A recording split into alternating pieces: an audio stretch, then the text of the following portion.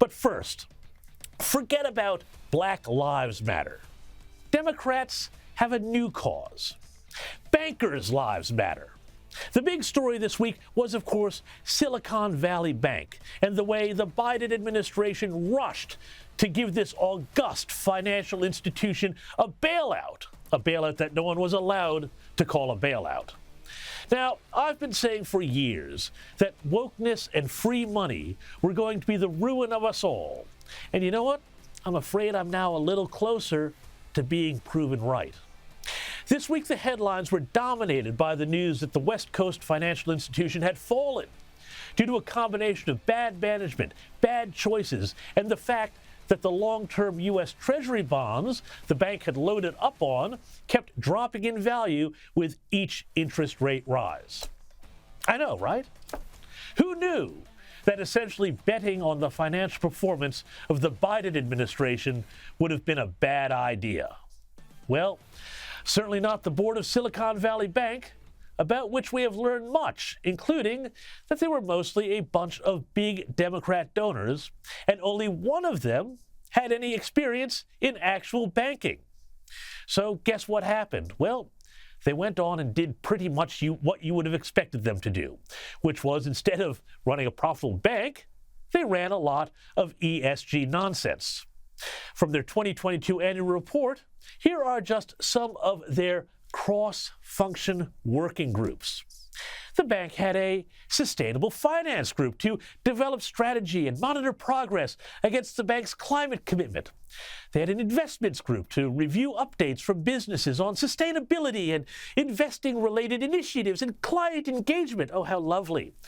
They had a climate risk group, naturally, to recommend, monitor, and support implementation of climate risks. And they also had an operational climate group to monitor implementation of operational greenhouse gas reduction initiatives. Naturally, they had a DEI governance group to oversee and manage their DEI disclosures. And they had a green team to focus on internal sustainability interests and activities. And on and on and on. Oh, and naturally, they did their part for the revolution, too.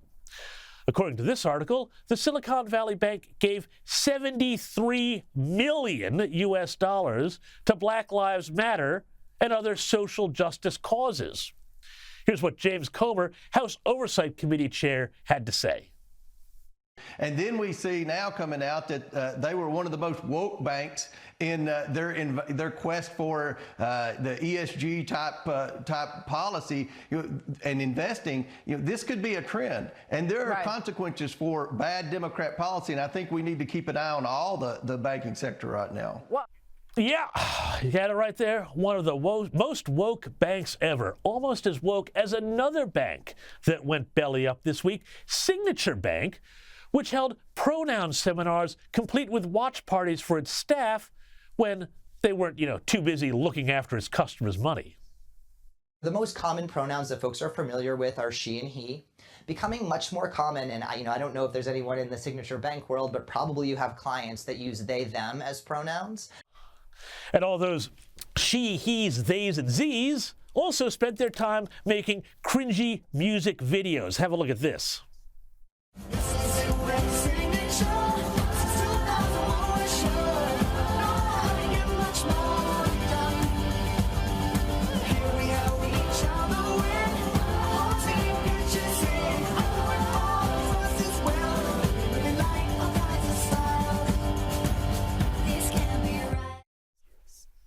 Oh, sorry, I just got a little too into the music there.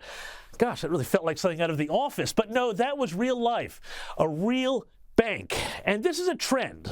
And so is it any surprise that when suddenly at SVB and Signature, the accounts didn't add up anymore, the Biden administration came to the rescue of these Democrat-run banks, covering the accounts of customers who had tens and sometimes hundreds of millions of dollars on deposit, despite the federal deposit guarantee being only up to $250,000? Now, a lot of technical stuff happened behind the scenes to make this happen, but essentially the bank had allowed itself to become really, really exposed to interest rates, both because of the asset portfolio they held and the fact they had a client base of tech startups whose constant need for finance capital made them particularly sensitive to interest rates.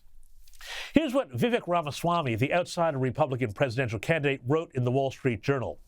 He said, SVB intentionally decided not to hedge its interest rate risk. Either SVB was incompetent, or this is a case of moral hazard, taking excessive risk and expecting political favors and bailouts. Goes on, he says, it turns out SVB's real hedge was to curry favor with the Biden administration.